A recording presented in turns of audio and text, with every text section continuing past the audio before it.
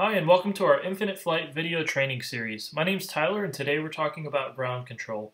As I begin my session, the first thing I want to do is get familiar with the command list again, and then the next thing we'll do is start scanning our runways and taxiways.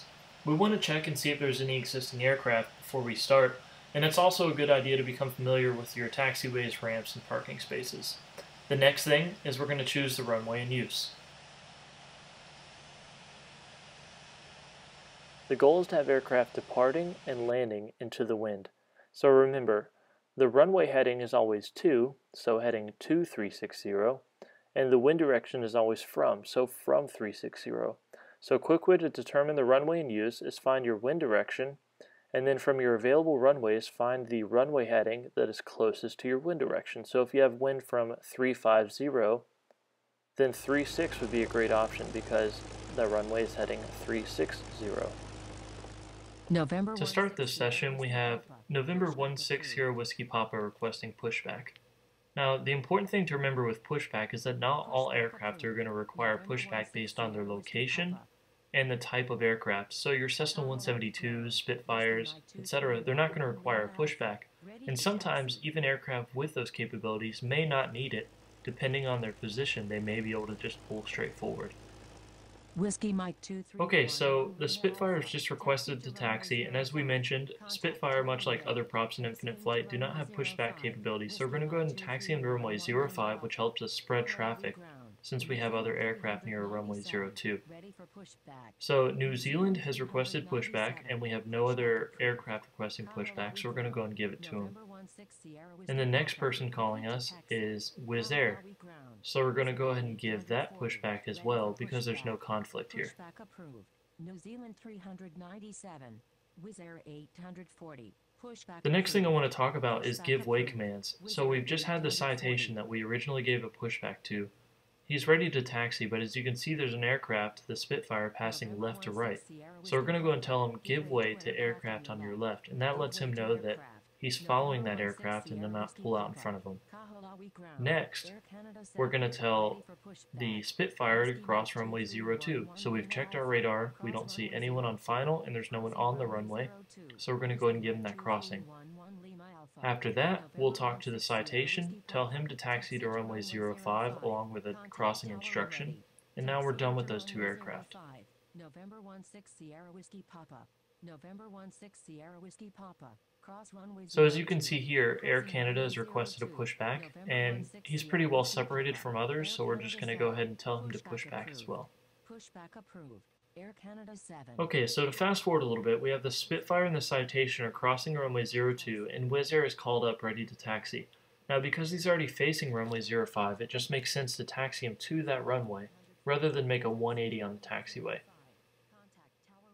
We have two other aircraft taxiing to the same runway, so I hope you all are paying attention and recognize a conflict that's coming up, and we'll talk about it shortly. Next, New Zealand has called up ready to taxi, and because Air Canada is pushing back in front of him, we'll go ahead and tell him give way to aircraft ahead. Next, we can give the taxi instructions.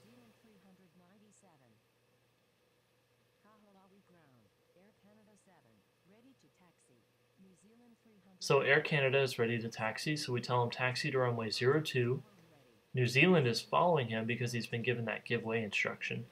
So here's the potential conflict that I brought up earlier with Wizz Air and the citation that are going to be head-on. So we're going to tell Wizz Air to give way to the aircraft ahead so that he slows down or holds position to follow the citation. Now the next aircraft is Redwood 818, highlighted on your screen. He's requesting pushback, and we're going to tell him to hold position because we have Air Canada and New Zealand who are heading to runway 02. Now the next aircraft, American 787, we can go ahead and give him a pushback because there's no aircraft behind him, and let's keep the flow moving. So as seen here, the citation is well out of the way and no conflict, but Wizz Air has stopped, so we're going to go and tell Wizz Air to continue taxi. 87. Kahalawi ground, American 1375. Ready? Okay, the Spitfire has just requested a frequency change while holding short. So if we remember from the taxi instructions, it says contact tower when ready. So I'm going to go to miscellaneous messages and send a frequency change already sent. So my message to you is this. Got it? Okay, good. So we're moving on. Let's get back to the aircraft that we're requesting pushback.